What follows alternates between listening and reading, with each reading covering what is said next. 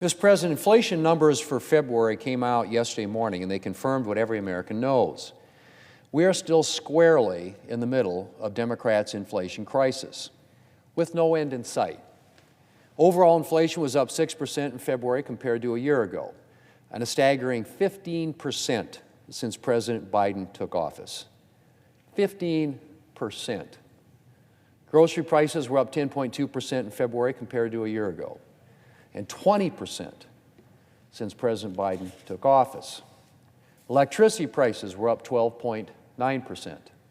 Utility gas service was up 14.3%. Rent prices were up 8.8%.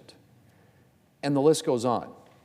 Overall, energy prices have increased by 37.2% since President Biden took office. 37.2%. And again, there's no end in sight to this crisis. Mr. President, digging out of an inflation crisis like this isn't easy.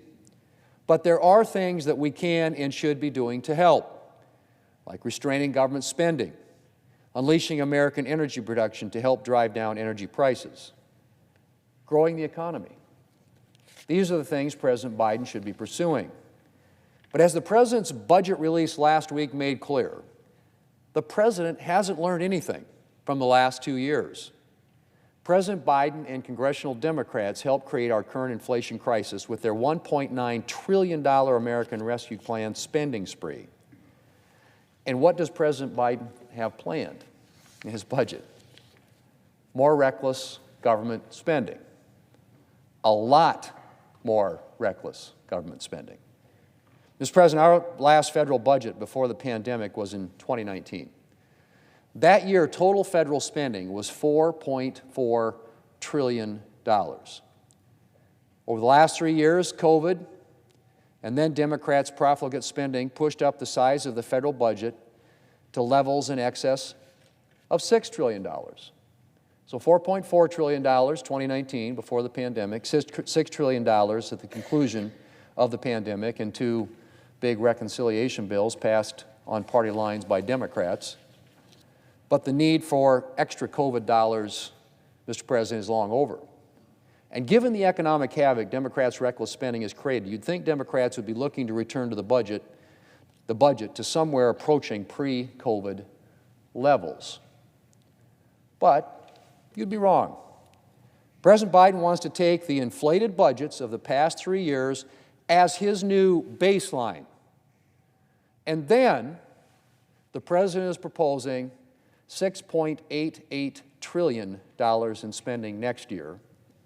Mr. President, a 54% increase over 2019 levels.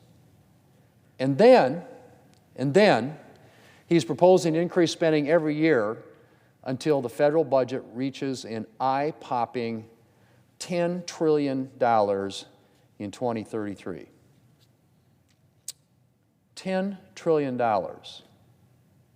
2033. Now again, let me just remind people that the entire federal budget in 2019, just a few short years ago, was $4.4 trillion. President Biden wants to more than double that. $4.4 trillion to $10 trillion. Well, Mr. President, this level of spending and the accompanying level of debt would present a serious danger for our financial stability going forward. The President's budget all but ensures that the size of our national debt would be larger than the size of our economy. In other words, we would owe more money than our entire economy produces. And these levels of spending could easily prolong our inflation crisis for years to come. But the economic dangers of the President's budget don't end there. At the same time, the President is essentially ensuring an unsustainable level of debt going forward. He's also planning to load up the economy with $4.7 trillion in tax hikes. And that's not counting some of the tax hikes that would result from the allowing provisions of the Tax Cuts and Jobs Act to expire. He plans to undo much of the good work done by the 2017 Tax Cuts and Jobs Act, which helped grow our economy and improve opportunities for American workers. Under the Biden tax plan, American businesses would become less competitive in the global economy. Investment would be discouraged, and Main Street job creators and family-owned businesses would face a higher tax burden, which would make it more difficult for them to grow, expand, and create jobs. I said earlier, one of the things we could do to ease our inflation crisis and drive down prices is increase American energy production. Well, President Biden's tax plan would discourage American energy production by hiking taxes on oil and gas companies, and not for the first time during his presidency. Instead of lowering energy prices, the president's plan would likely drive them up even further with all the new taxes. Well, Mr. President, the problems with the president's budget go on and on. While the president has no problem driving up spending to a staggering $10 trillion per year by 2033, somehow very little of that money gets put toward priorities like securing the border and defending our nation. For next year, the president's proposing an increase in defense spending that fails to keep pace with current levels of inflation, meaning that his supposed defense spending increase would actually be a defense spending cut. The Department of Homeland Security would see an outright spending cut next year. And despite the security and humanitarian crisis wreaking havoc at our southern border, the president is proposing barely any additional funding for U.S. Customs and Border Protection and Immigration and Customs Enforcement next year. But somehow the president managed to find a 15% increase in funding for the IRS. Think about that. That's from the 2023 enacted budget for the IRS, over and above the $80 billion funding increase the IRS got just last August. Now think about that, Mr. President. Last August, the IRS got $80 billion and 87,000 new employees. And yet this year, under this president's budget, they're not only going to get all that funding and massive infusion and influx of new employees, but a 15% year-over-year increase in spending on the IRS. At a time when defense spending is going to be 3.2% below the rate of inflation. You can't make it up.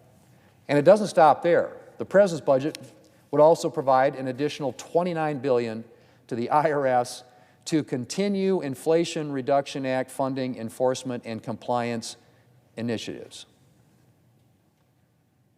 I guess maybe what the president's thinking with respect to all this is that he'll need more IRS agents to administer all the new tax hikes that are included in his budget proposal.